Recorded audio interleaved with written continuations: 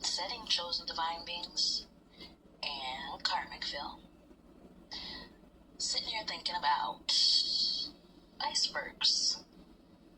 I was sitting here thinking about the Titanic and how some said that not even God could destroy that mighty ship. And we all know what happened with that story now, don't we? With the iceberg, this could go multiple ways, and I feel like I have to speak in parables as Yeshua did, because simpletons and Pharisees don't seem to be able to gather common sense in their minds. So I'll speak on a parable about icebergs. I was thinking about how, like icebergs, some of us, we appear to be small, minute, and people have no idea of the depth of us that lies under the ocean. So they think with their big old Titanic ships that they can just blaze the ocean at top knot. And they see this little iceberg, and so they don't think it's a challenge. Because, they have this big, mighty cruise liner. So when they come and bump into us, and they get to see the depth of how deep we really run, now their whole ship has been hit, and is filling up with water. And all the rats and all the sadistic and immoral people on the ship are now scattering about. Luckily for us chosen divine beings, God had just enough lifeboats just for us, so that we could sit in the boat and watch as that big mighty ship that they said God wouldn't be able to take down or destroy goes down viciously. And on the flip side of the iceberg, a lot of people portray just their top tier of the iceberg, but they don't want anybody else to see how deep the darkness goes in their lives, how deep the corruption goes in their lives, how much the deep unhealed moments that turned out to be big moments in their lives. Yeah, they want to keep all that under wraps.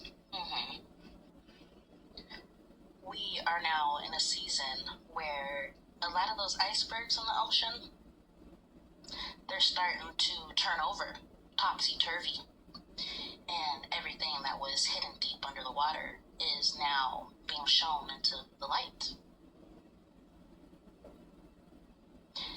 And those heavy burdens are now up afloat, while the minuscule part of them that they were trying to keep afloat is now under the water. And on another flip side, a lot of people look at quiet people or nerdy people or homebodies as an enigma, because they don't say a lot, and they try to stay out of the highlight, out of the front stage. They like to stay behind the stage. So people look at us as if we're hiding something, or if we have a hidden agenda, or if we are malicious and deceivers, not knowing that a lot of us, growing up, we didn't have those communication skills because, one, we weren't allowed to talk, and two, when we did talk, we weren't listened to, or people made fun of us, how the way we talked, so we just learned how to be quiet. And in the midst of learning how to be quiet, our eyes, all of our eyes, were fully awakened and alert. So because we sit back and we like to see what's going on behind the scenes and see the action play out before us, people think that we are the ones with a hidden agenda, and I don't understand that, but that's how a lot of people think. Many people don't take time to overstand, understand, ultrastand another human. They definitely do understand.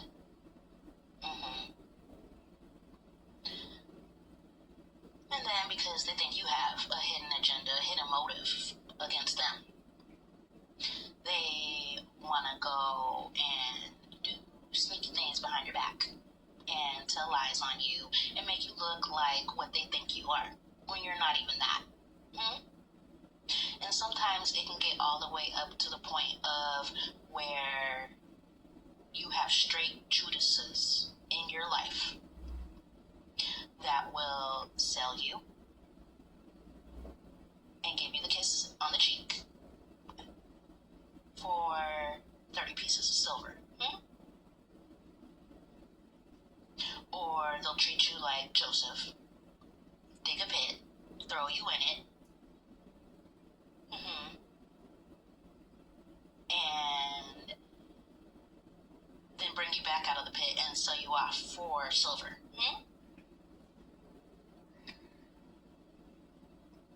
A lot of us like Yeshua because we did sit back and we did observe people and how they move and how they orchestrate and manipulate and plot and plan, because we've seen that, and because we have connection to the Most High. On top of that, we already knew that some of the Judases in our lives were going to come up to us and give us the betrayal, the kiss of betrayal.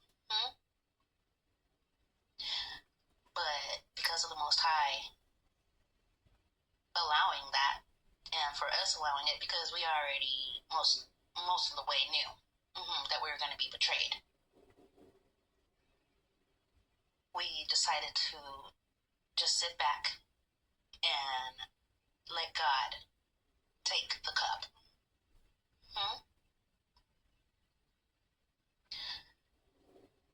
Chosen divine beings, it's been a rough cycle that we just got out of, or that some of you are coming up out of.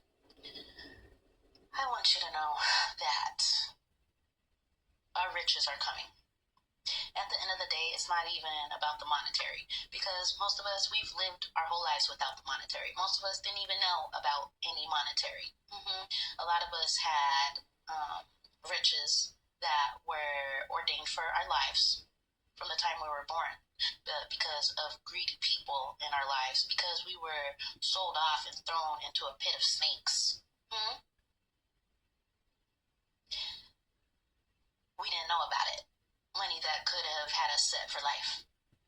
But that's okay, because learning how to live without that monetary, it taught us a lot. It taught us, like I said, how to get it out of the mud. It taught us to get off of our butts and go get what we want.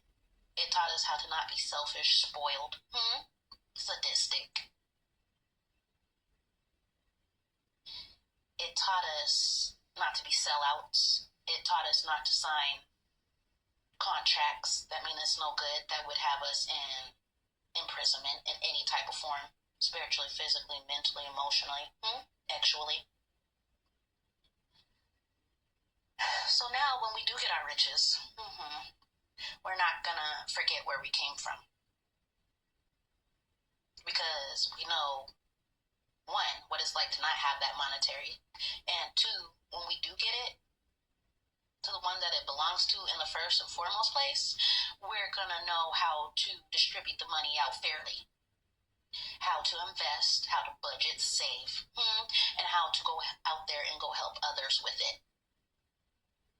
Because a lot of the Judases out here, they took their silver and they went out and drunk it up and bugged it up and went to the strip clubs and casinos and the covens and cult meetings and all that extra stuff, vacations and all that stuff.